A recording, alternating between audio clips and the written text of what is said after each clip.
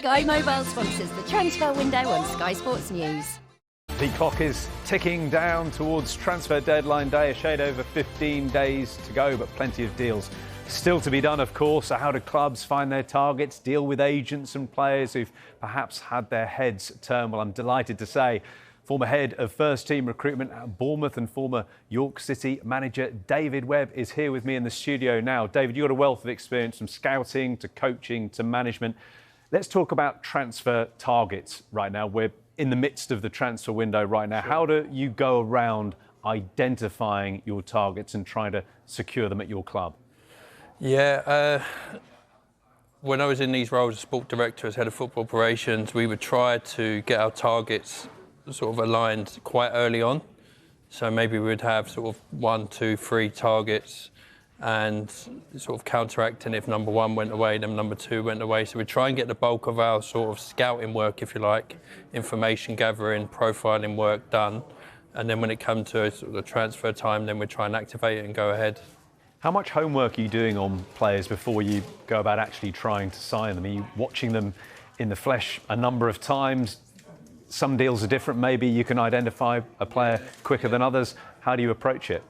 Yeah, I think it all depends on the club. So the clubs I've worked at, we all had a different way of sort of doing it, the same sort of way, but different strategies, if you like, or different sort of traits we'd look at depending on the level, depending on the club. So we'd also do a lot of field scouting, if you like, for our sort of scouting, whether it be UK-based or Europe. We'd match that up with the data that we'd find around the player, his metrics and stuff. And then we'd do a lot of information to find out about character, about sort of his background, where he's been, and then sort of see if we can match all that together into sort of our environment and see, if that can be sort of a viable option for us. How important is the personality, the character of a player, as well as their ability?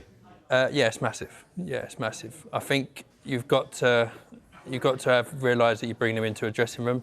You've got to realise what you've got in the building as well, in terms of your own players, your own characters, their personalities, what they bring, and if they can complement the group and obviously add value into the group as well, because obviously we are bringing in sort of people as well.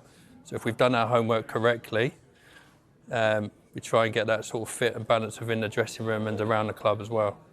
Can you give us an insight, I'm sure without mentioning specific names, but of situations where maybe you think you've had a deal done, you've had a player in the building, maybe the contracts are ready to go and something's changed? I mean, how challenging can those moments be? And can you think of a time where things perhaps haven't gone to plan as you would have liked? Yeah, it's happened to, obviously I can't name names, but it's happened to a couple of times at different clubs where we think it's done. We think the deal's done. We've got it to advanced stages where it's more or less sort of pen to paper, and a last minute situation has come in, either another club or something has been flagged up potentially that we wasn't aware of, and we've had to sort of retract from that initial transfer and sort of wipe our lips a bit and move on, because at that stage when the deal is obviously gone, you have to sort of get over it very quickly, especially if it depends how far deep you are into the transfer deadline. You mentioned that. We can see the clock ticking down, yeah. Shade over 15 days to go. How does your approach perhaps change, early in the window, in the summer weeks, to when that clock is ticking down? How do you have to adjust your approach? Yeah, it's a multitude one really of different things that can go on. So for example, you've got to be expecting maybe that one of your better players could potentially get a bid. So you've got to have that in mind. Again, if you've done your homework, you kind of know which ones potentially may be. So you'd have sort of a scenario for that, but you can never sort of fully plan.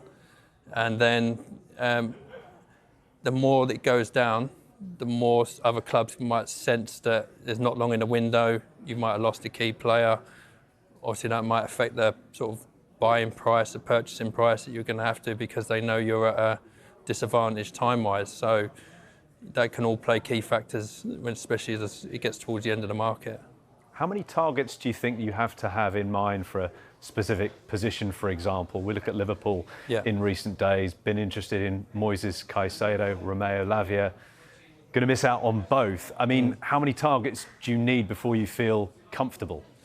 Yeah, I think for the big clubs at that level, and some of the clubs when I worked at sort of Premier League clubs, we'd always have potentially 3 or 4 one or two would always be your top two targets. So you sort of anticipate if you can get one, great. If you can get your second one, that's fine. And you start looking at your third and fourth. You're not disappointed, but obviously you did equate for the first two. So I think a club like Liverpool have had the positions they needed, obviously for those two type players. There's not loads in the market, obviously, of that quality that they're looking at, up and coming physicality in terms of Caicedo and Laviva are top young players. So it depends on which type of approach they're going to go forward with, obviously, the signings they've already made. How far are you casting the net as well? How far are you travelling to identify these players? Because presumably some of the best deals can be found in those maybe unusual leagues and teams. Yeah, they can. I mean, obviously you've got your usual markets. There's a lot of great homegrown talent out there in a minute. There's a lot of talent in Europe, France, Germany, your main sort of countries. But I think further afield as well, if you look at the South American market, like Ecuador, for example. So if you sort of venture past Brazil, Argentina, there's a host of young players coming through there. So I think if you're a Premier League club, you'd have an eye on sort of the global market rather than just sort of the smaller markets. And again, you might be able to pick up sort of a developing talent for a little bit cheaper. Can you give an example of a player you've perhaps been involved in securing for your club and you're absolutely delighted to get that one done? Perhaps you'd stolen a march on your rivals to get a player perhaps that wasn't on other clubs' radars? It's been a couple that we've been very close to. We didn't actually secure them, that we've been ahead, but we couldn't secure them through work permits. And those, again, were from those sort of merging markets. And if you get them, there's different ways you look at it. You look at the ones that are probably young, 16, 17, 18, that are already playing first team minutes. And that's the sort of things we would identify and then try and sort of be proactive. But we came close, but obviously we couldn't get any at the time. And in terms of the current window, what stands out for you? What deals have you looked at and thought maybe that's an amazing deal, or I can't believe how much money that player's gone for? What have you specifically picked out? Yeah, I think there's some really good deals, to be fair. I like, if you're looking at style matches stylistically, someone like Barnes to Newcastle was very good. I think that typifies the way sort of Eddie Howe would like to play his football. Maddison to sort of Tottenham, I think, is a very good deal. And then I like, for me personally, I like Jackson, who's gone into Chelsea as sort of a young talent who's sort of emerging, still quite raw. Obviously got some great physical attributes, but I think he will sort of emerge as a big star over the next 12 to 18 months. What have you made of the Michael Olise news this afternoon? Many people expecting he'd go to Chelsea once that release clause was met. He's now signed a new 4-year deal at Crystal Palace. How big a coup is that for them? It's massive. Crystal Palace is a club I know well from sort of my early years of coaching. It's a great place to develop young talent. It's a great place if you're a player like Olise to maybe sort of get another year under your belt, playing that level if he can sort of expand on what he did last year. I think that would only sort of add value and sort of boost his kudos, if you like. So I think for Palace it's a great coup and it shows sort of their intention going forward.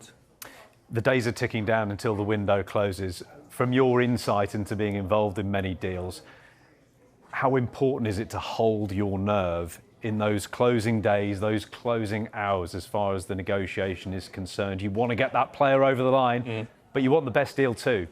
Absolutely. I think you do have to be calm under pressure in these situations, because I think if your opponents get a sense that you're desperate, if you like, or that you're at a disadvantage at a player and you need that one to sort of bolster your squad a few days before, I think you just have to stay calm all the way to the last minute, because everyone will be feeling the pressure, everyone will be feeling sort of the same situation. I think the moment you start to panic, then it could lead to quite an expensive transfer. As I mentioned at the top of our interview, you've covered a range of roles from scouting to coaching, football operations to management. You had that spell in charge of York City, quite a brief spell. I mean, how do you reflect on it? Yeah, I really enjoyed my time at York, to be fair. I thought it was a club on the rise. It's a club that's going places. They've just got new ownership now. So one city club, so there was lots of sort of appeals to taking that role. and it sort of only sort of whet my appetite to go on and sort of be excited for my next challenge going forward. How challenging is it to get back into management when you lose that role? You want the next one. Yeah. How difficult is it to find it? Yeah, it's not easy by any means. It's, there's a lot of talented coaches out there. There's a lot of people all looking for the same sort of roles. For myself, because I've got a European background, I've worked in Ostersunds and done some European consulting roles. I would not be sort of restricted just to the UK. I'd be quite happy to, look abroad if that was the opportunity was there as well. So, just excited by the sort of what the future holds, really. We wish you all the best with it, Dave. Great to get your insight on the transfer dealings as well, and hope you get back into management soon. Thanks very much indeed for joining us here on Sky Sports News.